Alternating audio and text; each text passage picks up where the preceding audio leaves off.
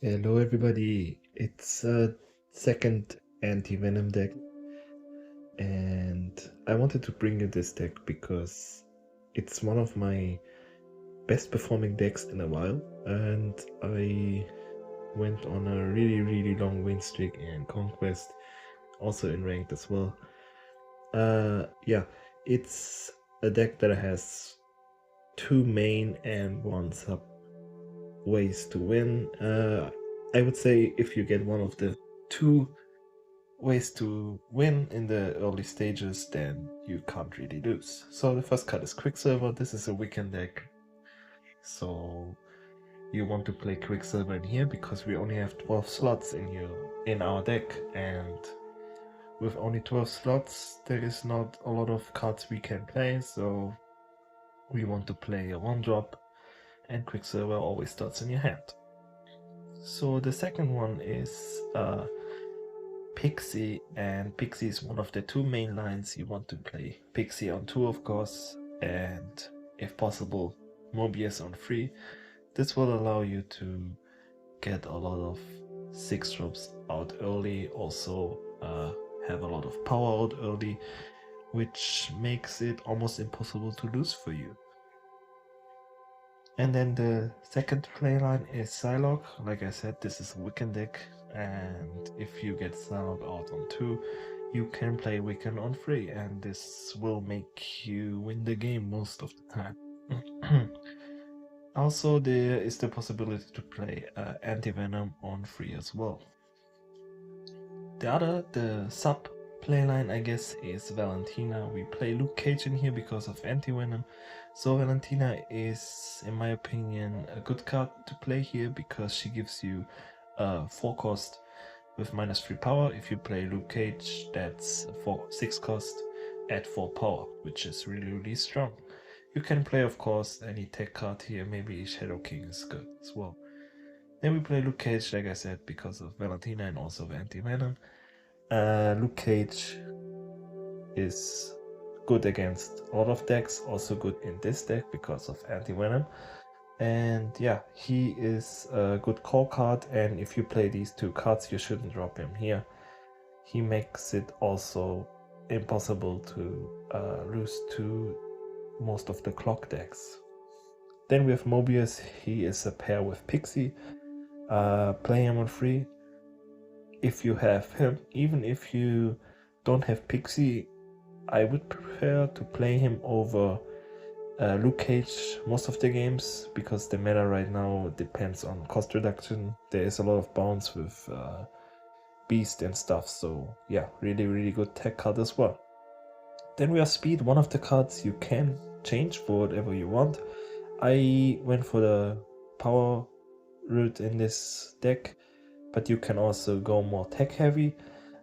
We have Quicksilver and 3-2 cost, which makes it that speed is almost ever 3-7 or 3-8, which is really good stats for the 3 cost type cards. So yeah, you can also play Red Guardian, Copycat, any good 3-drop you want. And then we have the newest card, Anti-Venom. He's just another way to get a 0 cost 6 drop, like Red Hulk or Alioth. And if you play Luke Cage, which you most of the time will do, it's just really strong. And then we have the best card in this deck, and in my opinion, if you get him on 3, you can't lose the game, almost can't lose the game. You have so much energy and you can play all of your cards, and there's not a lot of stuff your enemy can do. Of course, they can always shang you and stuff like that, but if you play smart and use your energy wisely, then I think Wiccan on 3 and even on 4 is really strong in this deck. So I would prefer to play him on 4 over Anti-Venom if you get the energy cheat out. And then we have the second card you can exchange for whatever you want. I went for power, like I said, so Spider-Woman is pretty good for 5 cost. She's essentially a 5/12 if you hit 4 cards, which you most of the time will do on turn 4, turn 5 on turn 6. Also, she's pretty good if you get her at lowest cost, like 2 cost with Pixie or so. In my opinion, she's one of the best cards in this slot. You can of course play Legion or other 5 drops here. And then we have 6 drops. The 6 drops are exchangeable in my opinion. I went for Alioth because he's good power or decent power for one of the best ability in the game. And yeah, 610 is really strong here with the remove the text, because you most of the time have the ability to remove the text, and then you can win against other good decks. And then Red Hulk, I like him over Magneto because there's still a lot of floating energy around, and Magneto can actually lose you the game with the move thing, can actually win you the game though. So if you like Magneto over Red Hulk, then it's time to change these cards. So you can change 4 or 5 cards in this deck to your liking and it won't make it worse. Just don't change the combo cards. And if you get the Pixie Mobius combo or the Psylocke Wiccan combo or even the Valentina Luke Cage combo, then you should snap and use your cards and your power and also your energy to win the game. So I have some gameplay for you and see you next time.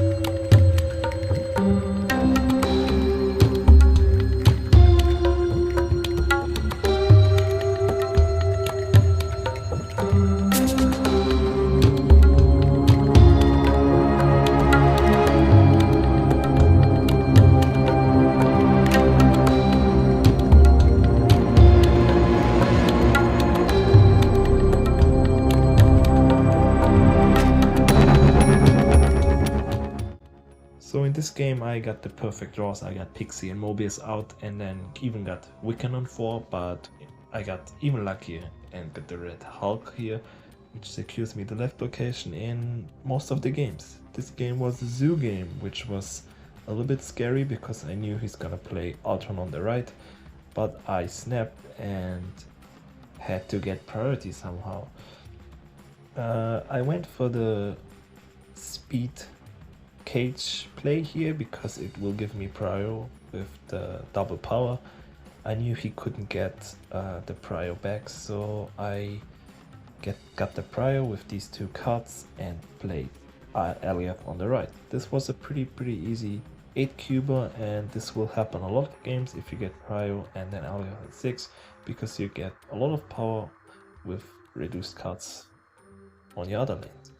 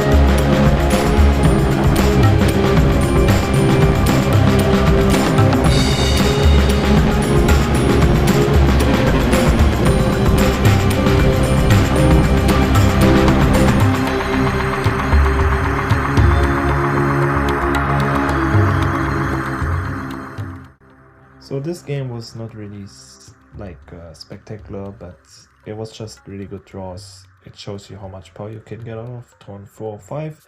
I destroyed his White Widow thing, got out my tech cards. He stole my Mobius, which was not good for me, but yeah, I got out the other big cards.